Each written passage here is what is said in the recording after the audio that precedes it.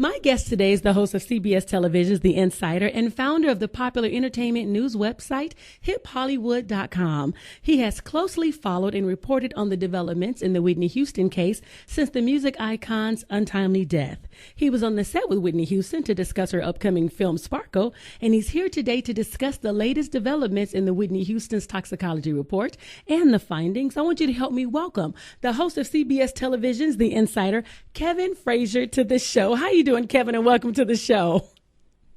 I'm fantastic. How are you doing today? I'm doing good. You know, I've really been trying to get you on the show because I really enjoy watching The Insider. You and Larry Spencer, you both do a great job. So I'm glad I got a chance to actually talk to you today. So thank you for joining me on the show. Well, I'm glad to be on. Now, I know just recently, just several months ago, before her untimely death, you got an opportunity to interview Whitney Houston for her upcoming film Sparkle. Tell us about that last interview with Whitney Houston. Well, Whitney was in really great spirits, and that's the thing that I try to tell people every time, they ask me about her.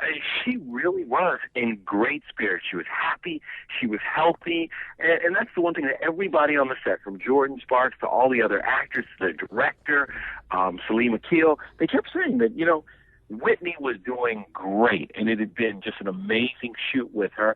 And the day I talked to her, it was the night after she had done a big emotional singing scene in the church. And so it was really, I thought, in my mind, Whitney was back.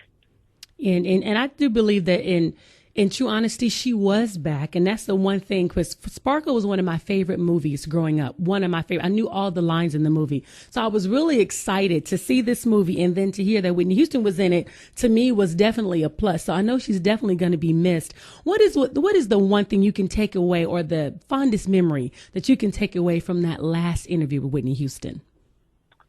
Well, it was the fun I had with Whitney, kind of bantering back and forth with her. And also that while, look, a lot of times you go to a movie set and you're waiting on a big star, and they're in their trailer, and they come out of their trailer while the other people are doing their interviews. They'll go back to their trailer, and you'll have to wait for them until they're ready again. Whitney came in, and Whitney actually sat on the floor while she was waiting while Jordan Sparks was interviewed. And it was kind of cool just to see her in her own element. But so, everybody always thinks of Whitney as this big diva. She wasn't. She was just hanging out, enjoying the moment.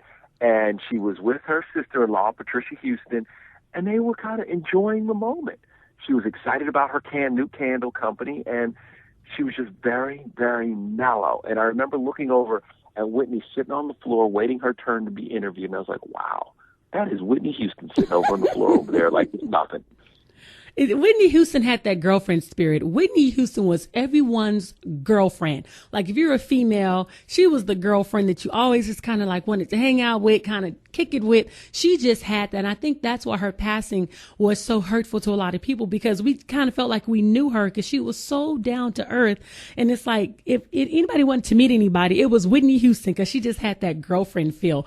What was your favorite Whitney Houston song? Oh, gosh. I think I have to say it's Saving All My Love. I love the song. And she went on David Letterman a long time ago when she first came out, and she sang the song, and it's on YouTube, her live performance of the song, and it's amazing. And it's one of my favorite Whitney recordings.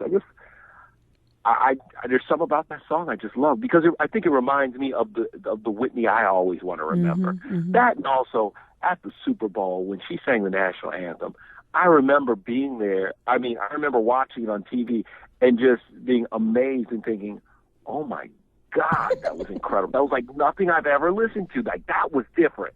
That, if you think of the national anthem, you think of Marvin Gaye at the NBA All-Star game in Los Angeles. And then I think of Whitney Houston singing the national anthem and just saying, oh, my God, that just changed me. And it was at a time where our country needed that moment. Mm-hmm. So it was so amazing and beautiful. And I actually had a chance to talk to Ricky Minor, who was her musical director for years. And Ricky talked about, getting ready for the national anthem and how they, figured out the musical, how they figured out all the music and everything. And it's amazing just to think back on that moment and just those two moments really stick out for me with Whitney. The thing that was so special about Whitney had a way of taking someone else's song and making it a blockbuster hit to where even the original artist may not even want to sing that song anymore because she just Whitnified it. That's what I call it. She'll take the song and make it so her own that if you heard the original version, you don't even want to hear that anymore. You just want to hear Whitney's version. She did the same thing with Greatest Love of All.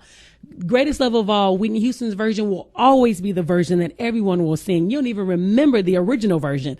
Just like the national anthem, no one, I don't think, will ever measure up to Whitney Houston's national anthem. Now, my question for you, Kevin, I know you've been following Whitney Houston's investigation very closely. Tell us, what are the latest findings in the investigation?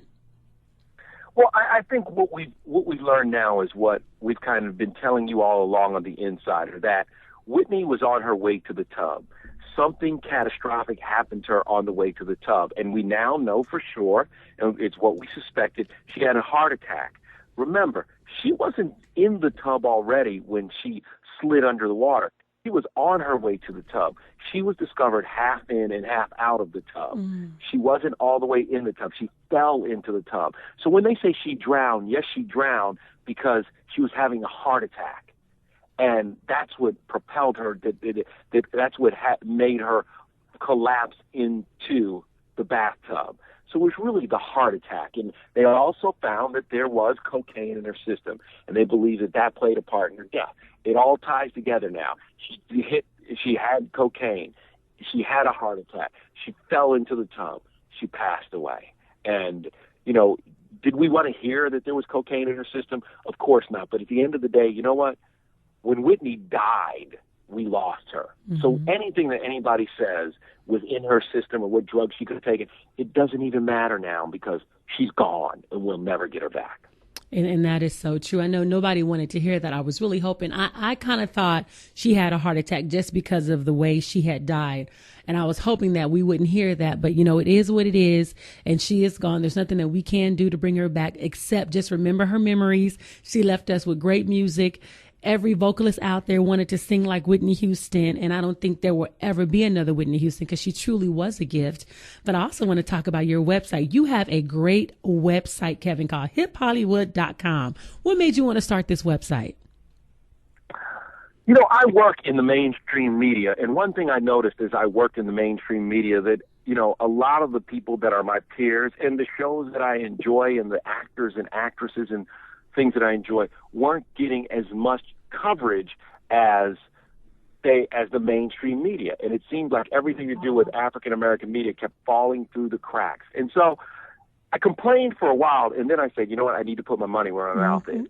So we really do work on covering African American, or basically Black Hollywood, and giving you the coverage of the shows and the people and the actors and actresses, and covering the books and the movies of people that mean a lot to our community. And I think sometimes we get caught up in being frustrated and complaining and saying, oh, so-and-so should do this. Well, you know what? I just said I got to do it myself. I can't complain anymore. I have to go ahead and, as I said, put my money where my mouth is and produce something that is really a benefit for people that are my peers. And you did a great job. I was on the red carpet on the BT Celebration of Gospel with your host and cameraman. And so we were there together. You have a great website. I'm so glad you did that because a lot of people complain about what's not out there. My thing is create it. If it's not there, then you create what you want to see. And that's why I take my hat off to you for that. And anybody want to know where the website is, it's hiphollywood.com. You can go there. He has great red carpet interviews on there. He has a great host as well.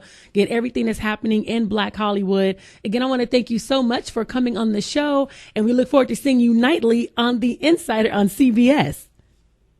You got it. And thanks for having me on. Anytime you want me, I'll be there.